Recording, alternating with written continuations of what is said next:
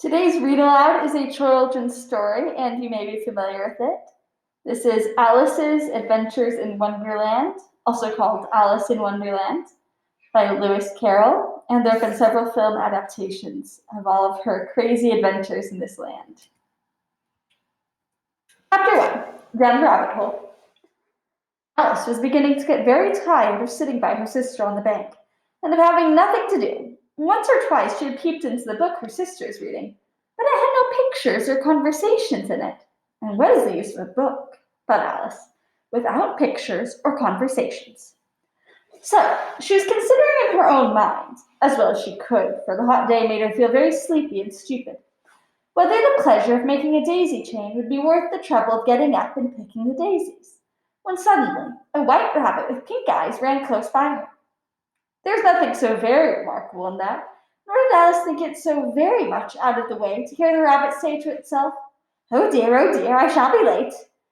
When she thought it over afterwards, it occurred to her that she ought to have wondered at this, but at the time it all seemed quite natural.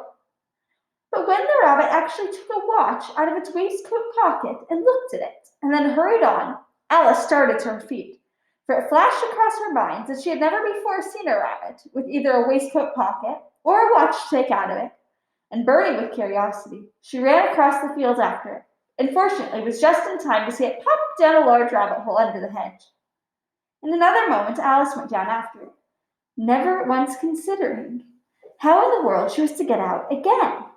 The rabbit hole went straight on like a tunnel for some way, and then dipped suddenly down, so suddenly that Alice had not a moment to think about stopping herself before she found herself falling down a very deep well. Either the well was very deep, or she fell very slowly, for she had plenty of time as she went down to look about her and wonder what was going to happen next. First she tried to look down and make out what she was coming to, but it was too dark to see anything. Then she looked at the sides of the well and noticed that they were filled with cupboards and bookshelves. Here and there she saw maps and pictures hung upon pegs. She took down a jar from one of the shelves as she passed. It was labeled orange marmalade, but to her great disappointment it was empty.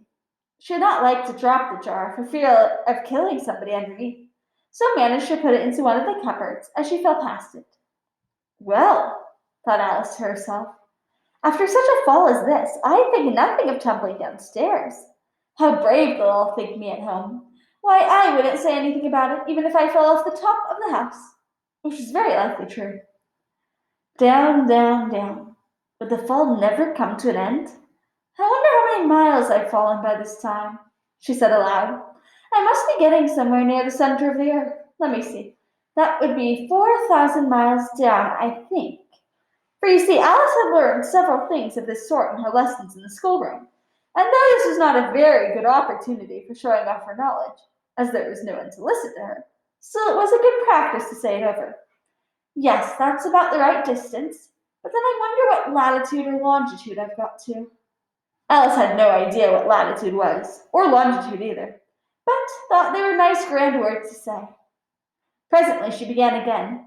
I wonder if I shall fall right through the earth. How funny it will seem to come out among the people that walk with their heads downwards.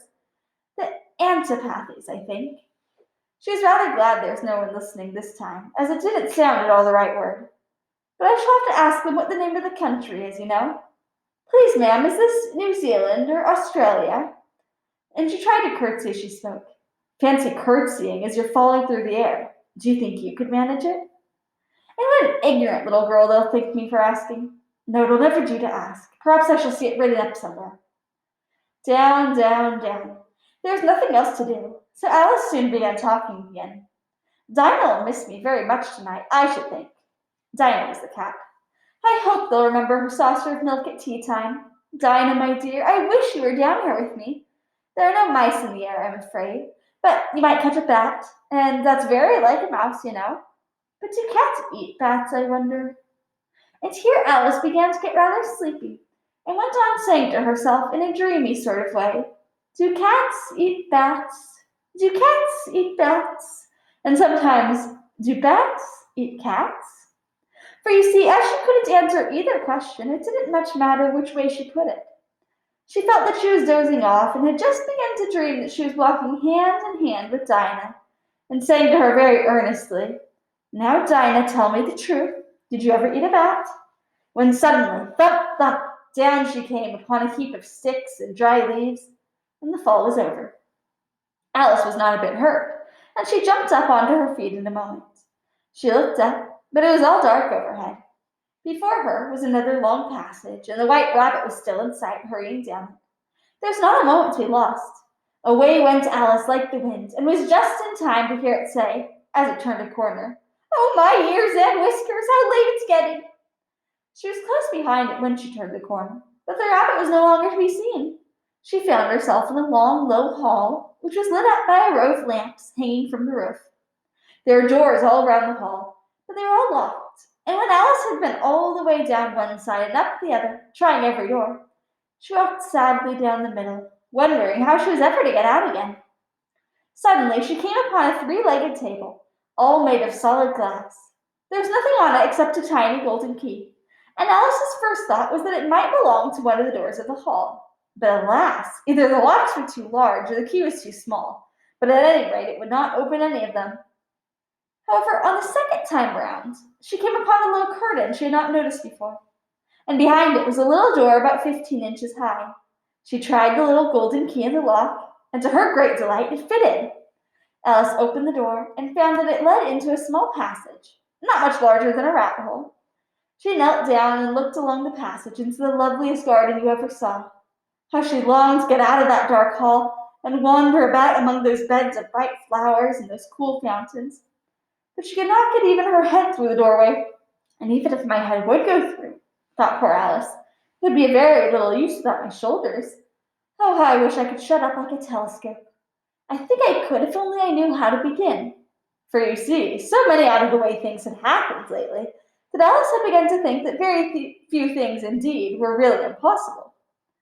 There seemed to be no use in waiting by the little door, so she went back to the table, half hoping she might find another key on it, or at any rate a book of rules for shutting people up like telescopes. This time she found a little bottle on it, which certainly was not here before, said Alice, and round the neck of the bottle was a paper label, with the words, "Drink me," beautifully printed on it in large letters.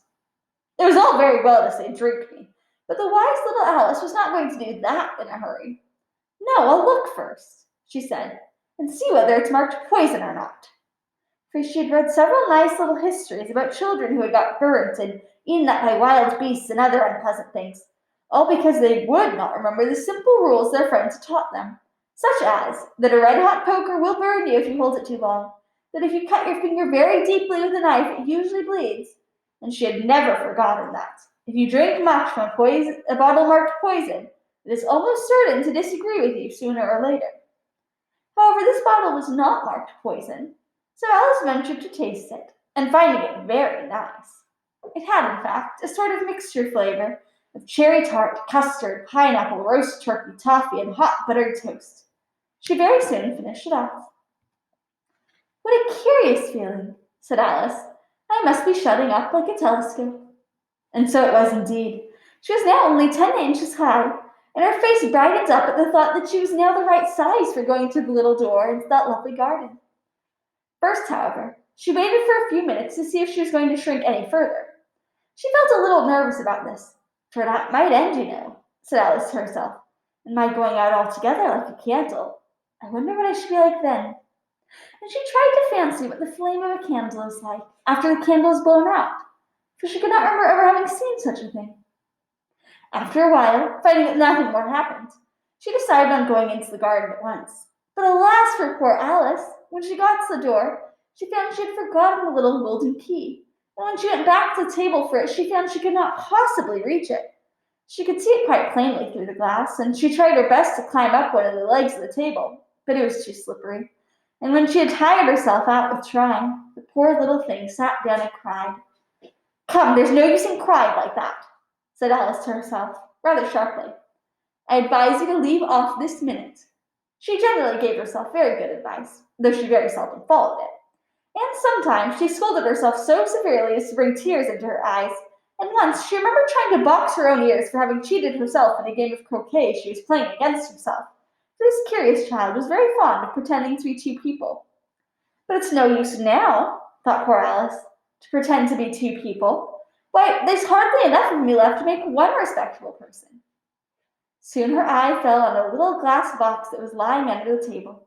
She opened it and found in it a very small cake, on which the words "Eat me" were beautifully marked in currants. "Well, I'll eat it," said Alice, "and if it makes me grow larger, I can reach the key, and if it makes me grow smaller, I can creep under the door. So either way, I'll get into the garden, and I don't care which happens." She ate a little bit and said anxiously to herself, "Which way, which way?" holding her hand on the top of her head to feel which way it was growing. And she was quite surprised to find that she remained the same size. To be sure, this generally happens when one eats cake, but Alice had got so much into the way of expecting nothing but out of the way things to happen that it seemed quite dull and stupid for life to go on in the common way. So she set to work, and very soon finished off the cake. That is the end of chapter 1. If you'd like to read more of Alice in Wonderland, visit Gutenberg.org.